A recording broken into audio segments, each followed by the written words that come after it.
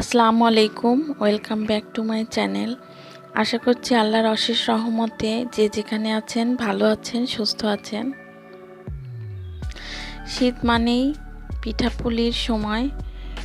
এই সময় সবাই পিঠা খেতে খুব পছন্দ করেন।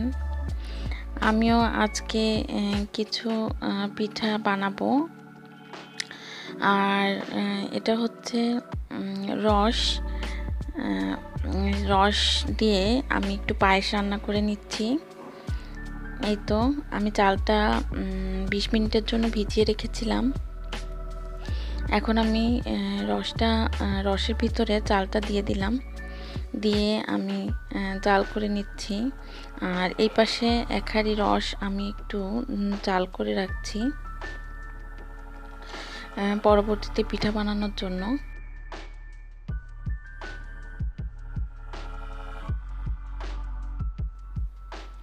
শুধু রস দিয়ে পায়েস রান্না করলে অতটা মিষ্টি হয় না, আর তারপরে কালারটাও পারফেক্ট হয় না, যার জন্য আমি এর সাথে একটু গুড় অ্যাড করব। আর তার জন্য আমি এখানে হাফ কাপ পরিমাণ গুড় দিয়ে দিব। এতে করে কালারটাও যেমন সুন্দর আসবে, তেমন পায়েসটাও কিছুটা মিষ্টি হবে। শুধু রস দিয়ে পায়েস রান্না করলে মিষ্টিটা ঠিক হয় না, যার জন্য আমি একটু গুড় দিয়ে নিচ্ছি। আর গুড় দিয়ে আমি ভালোভাবে মিশিয়ে দিচ্ছি। রসের পায়েসটা রান্না করা একদমই সহজ। আমিও ঠিক সেই পদ্ধতিতে রান্না করে নিচ্ছি। এই তো আমার পায়েসটা অনেকটা হয়ে এসেছে। এই পর্যায়ে আমি 1/3 কাপ গুঁড়া দুধ একটু ঘন করে পানি দিয়ে গুলিয়ে তারপর দিয়ে দিব। এতে করে টেস্টটা অনেকাংশে বেড়ে যাবে। এই তো আমি দুধটুকু দিয়ে দিলাম।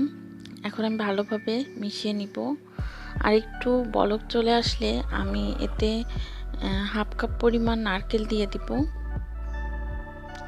নারকেল, দুধ, গুড়, রস আর চাল, পায়েস রান্না করতে কয়টা উপকরণই দরকার।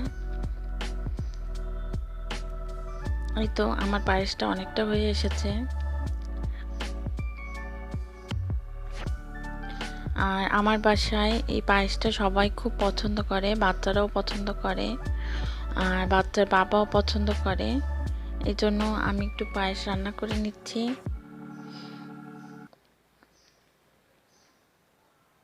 এই তো আমার পায়েসটা হয়ে গেছে।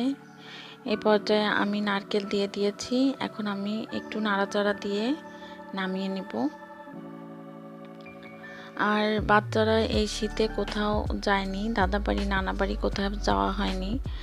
যদি দাদাবাড়ি নানাবাড়ি যাওয়া হতো, আমার এই পিঠা বানানোর ঝামেলাটা থাকতো না। যেহেতু ওরা কোথাও যায়নি, যার জন্য বাসায় বানিয়ে খাওয়াতে হচ্ছে। বাসায় আমি এত বেশি পিঠা বানাই না, কারণ আমি খুব ভালো পিঠা বানাতে পারি না। যা পারি তাই করে দিচ্ছি বাচ্চাদের, এই আর কি। এই তো আমার পায়েস রান্না শেষ। আর আমি অন্যান্য কোনো রান্না শেয়ার করিনি, আজকে পিঠা পায়েসের রেসিপিগুলাই শেয়ার করছি। আর বিকালে আমি কিছু কুলি পিঠা বানিয়েছিলাম, আর পায়েস রান্না করেছিলাম সকালে। আর তার আগে আমি নারকেলটা একটু ভেজে নিয়েছি। নারকেলটা হালকা ভাজা হয়ে গেলে তার ভিতর আমি গুড় দিয়ে দিচ্ছি। আমি কুলি পিঠা বানাবো, যার জন্য আমি ওর পিঠার ভিতরের যে পুরটা সেটা রেডি করে নিচ্ছি। নারকেল কিছুটা ভেজে নেওয়ার পরে তার ভিতর আমি গুড় দিয়ে ভালোভাবে মিশিয়ে আর কিছুক্ষণ জাল করে নিব। এই তো আমি অল্প অল্প করে গুড় অ্যাড করছিলাম, আর নারকেলটা আর গুড়টা ভালোভাবে মিশিয়ে নিচ্ছিলাম। কুলি পিঠা, এটার রেসিপিটাও একদম সহজ। আমি তো আগেই বললাম আমি খুব ভালো একটা পিঠা বানাতে পারি না, যা পারি তাই বানিয়ে দিয়েছি বাচ্চাদের। এই তো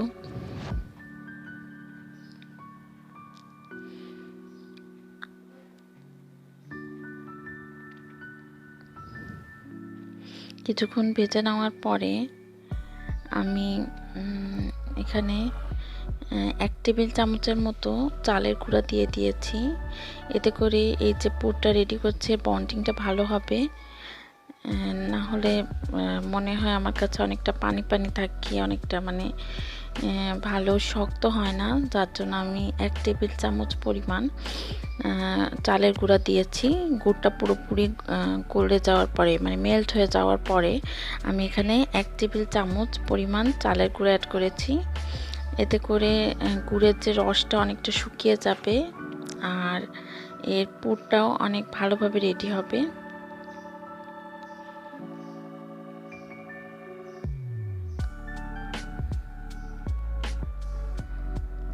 এভাবে আস্তে আস্তে ভেজে আমি পুরটা রেডি করে নিলাম। আর মা কিছু করতে গেলে বাচ্চারা তো আসবেই আমাকে হেল্প করার জন্য।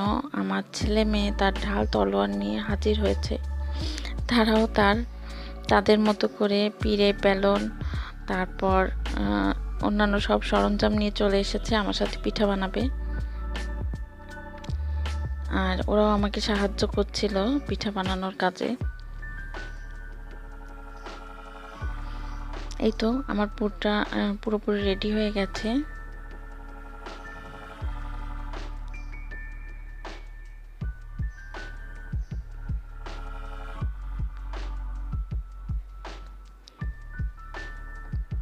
এই পর্যায়ে আমি চুলা বন্ধ করে দিয়েছি। আর আমি পুরটা রেডি করার আগে আমি ডোটা রেডি করে নিয়েছি। এই তো আমি এই বাটিটা হাত দিয়ে একটা বাটির শেপ দিয়ে নিয়েছি, তার ভিতরে আমি পুরটা দিয়ে দিলাম। আর এইভাবে বাটি তৈরি করে বানালে ভালো লাগে, কিন্তু অনেক মানুষের প্রয়োজন হয়, কারণ একজন বাটি তৈরি করে পুর দিয়ে রেডি করা অনেক সময় সাপেক্ষ ব্যাপার। যার জন্য আমি সাজ দিয়েই ম্যাক্সিমাম তৈরি করেছি। আপনাদেরকে একটা বানিয়ে দেখাচ্ছি যে হাত দিয়েও সুন্দর করে বানানো যায়। আমার শাশুড়ি এভাবে বানান, ওনার কাছ দিয়ে এটা শেখা। আমি খুব ভালো একটা এভাবে বানাতে পারি না। আমি সোজাসুজি সাজ দিয়েই বানিয়ে নিয়েছি, যেটা আমার জন্য সহজ, এই আর কি। এভাবে এই যে সাইডটা এভাবে বন্ধ করে দিতে হবে, এতে করে দেখতে ভালো লাগে, একটা ডিজাইন হয় পিঠার উপরে। কিন্তু এইভাবে বানাতে হলে অনেক মানুষের প্রয়োজন। কয়েকজন বাটি বানাচ্ছে আর কয়েকজন তার ভিতরে আর কি নারকেল গুড়টা দিয়ে এভাবে যদি করে নেয় তাড়াতাড়ি হয়ে যায় খুব সহজে। আমি একা একা বানাচ্ছিলাম, যেহেতু আমার পক্ষে এতগুলো পিঠা এইভাবে বানানো সহজ না। আবার এইভাবে করেও বানানো যায়, যারা ওইভাবে বানাতে পারেন না তারা এইভাবে করেও বানাতে পারেন। এই যে চামচ দিয়ে এইভাবে করেও এর পাশটা আটকে দিতে পারেন যাদের কাছে সাজ নেই। আর যারা এভাবে বানাতে চান বানাতে পারেন। কোনো গোল বাটি দিয়ে একটা রুটি পেলে গোল বাটি দিয়ে কেটে তারপরে এইভাবে করেও বানানো যায়। আমি সরাসরি সাজ দিয়েই বানিয়ে নিয়েছি। কুলি পিঠার যে সাজটা পাওয়া যায় সেই সাজ দিয়ে খুব সহজে আমি পিঠাগুলো অল্প সময়ের ভিতর তৈরি করে নিয়েছি। আর এই যে এভাবে দুটো একটা বানিয়েছিলাম। এখন আমি এগুলো ভাপে সিদ্ধ করে নিব। এই যেগুলো সাজ দিয়ে বানানো ছিল।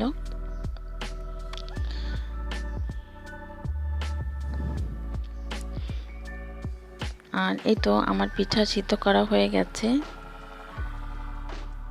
গরম গরম পিঠা, শীতের সন্ধ্যায় এরকম গরম পিঠা খেতে সবারই খুব ভালো লাগে। আর খুব সহজেই অল্প কিছু উপকরণ দিয়ে বাচ্চাদের এই পিঠাগুলো তৈরি করে দেওয়া যায়। এই যে পিঠাগুলো হয়ে গেছে। পিঠাগুলো খুব গরম ছিল, আমি এইমাত্র নামিয়ে এনেছি।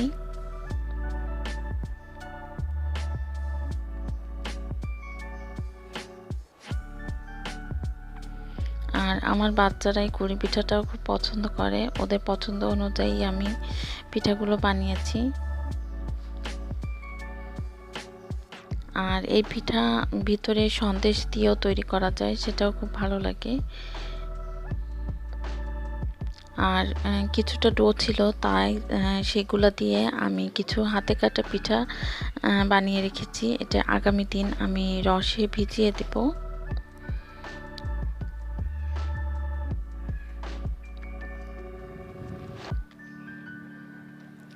এই তো এই হাতে কাটা পিঠাগুলো রান্না করার জন্য আমি এখানে রস নিয়ে নিয়েছি প্রায় 1 লিটার মতো। আর এই রসটা আমি একটু জাল করে তারপর একটু লাল হয়ে আসলে সেই পর্যায়ে ফ্রিজে রেখে দিয়েছিলাম ঠান্ডা করে। সেখান থেকে আমি কিছুটা রস নিয়ে নিয়েছি। আর এই রসে যখন বলক চলে আসবে, এই তো এই পর্যায়ে আমি কিছুটা চিনি, এখানে হাফ কাপের মতো চিনি দিয়ে দিয়েছি মিষ্টিটা ঠিকঠাক হওয়ার জন্য। শুধু রসে মিষ্টি ঠিক মতো হবে না, যার জন্য আমি কিছুটা চিনি দিয়ে একটু বলক তুলে নিব।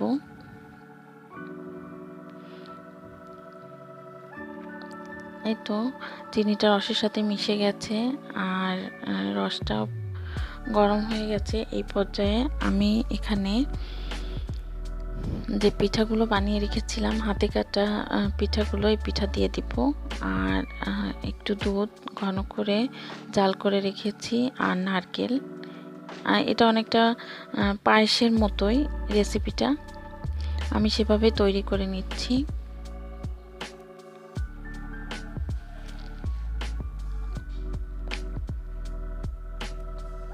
এটাও খেতে খুব ভালো লাগে। এই যে রসটা গরম হয়ে গেলে আমি এই পর্যায়ে এই পিঠাগুলো দিয়ে দিলাম এর ভিতরে। এটা রান্না করতে খুব বেশি সময় লাগে না। যখন ভালোভাবে বলক চলে আসবে সেই পর্যায়ে আমি এখানে দুধ আর নারকেল দিয়ে দিব। আর আমার ভিডিওটা যদি আপনাদের কাছে একটু ভালো লেগে থাকে প্লিজ একটা লাইক দিবেন। আর যারা এখনও সাবস্ক্রাইব করেননি তারা অবশ্যই চ্যানেলটা সাবস্ক্রাইব করে নেবেন। আর যারা অলরেডি সাবস্ক্রাইব করে ফেলেছেন তাদেরকে অসংখ্য ধন্যবাদ। এই তো আমি সব পিঠাগুলো দিয়ে দিয়েছি। এই পর্যায়ে বলক চলে আসলে আমি একটু দুধ আর নারকেল দিয়ে দিব। এই যে আমার রান্না করা হয়ে গেছে। আর আমি দুধের সাথে 1 টেবিল চামচ চালের গুঁড়ো অ্যাড করেছিলাম ঘনত্বটা একটু বাড়ানোর জন্য।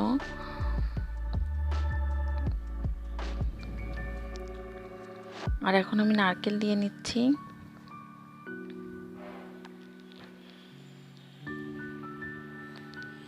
এখন একটু নাড়াচাড়া করে আমি এটা নামিয়ে নিব।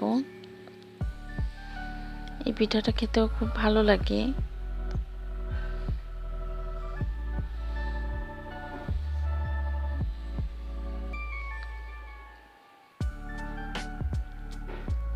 এই তো আমার রান্না করা শেষ।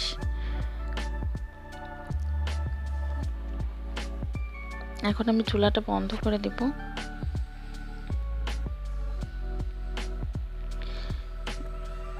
অনেকে এটাকে চুই পিঠা বলে, আবার অনেকে হাতে কাটা পিঠা বলে, এক এক অঞ্চলে এক একটা নাম।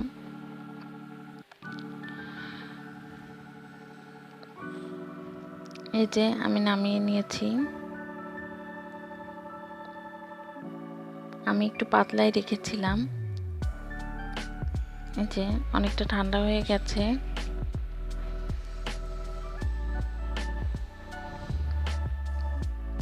আর এটা ছিল পরের দিন সন্ধ্যার সময় আমি এই পিঠাটা বানিয়েছিলাম। আর বানিয়ে আমি একদম ঘরে চলে এসেছি। সন্ধ্যার নাস্তাগুলো বিছানায় বসে খেতেই কেন যেন ভালো লাগে। আমি এই তো আমার পিঠা বানানো হয়ে গেছে, আমি নিয়ে চলে এসেছি। আর আমার ছেলের খাওয়া হয়ে গেছে, ও রিভিউ দিচ্ছে যে কেমন হয়েছে। আমি ওকে জিজ্ঞেস করছিলাম। ওই যে হ্যাঁ, পারফেক্ট। আর আমার মেয়ে একটা স্কেচ করেছিল, ও সেটা দেখাচ্ছিল যে আম্মু দেখো আমি এটা এঁকেছি। হ্যাঁ, খুব সুন্দর হয়েছে, শুধু পেন্সিল দিয়ে আঁকা, এখানে কোনো রং ব্যবহার করা হয়নি।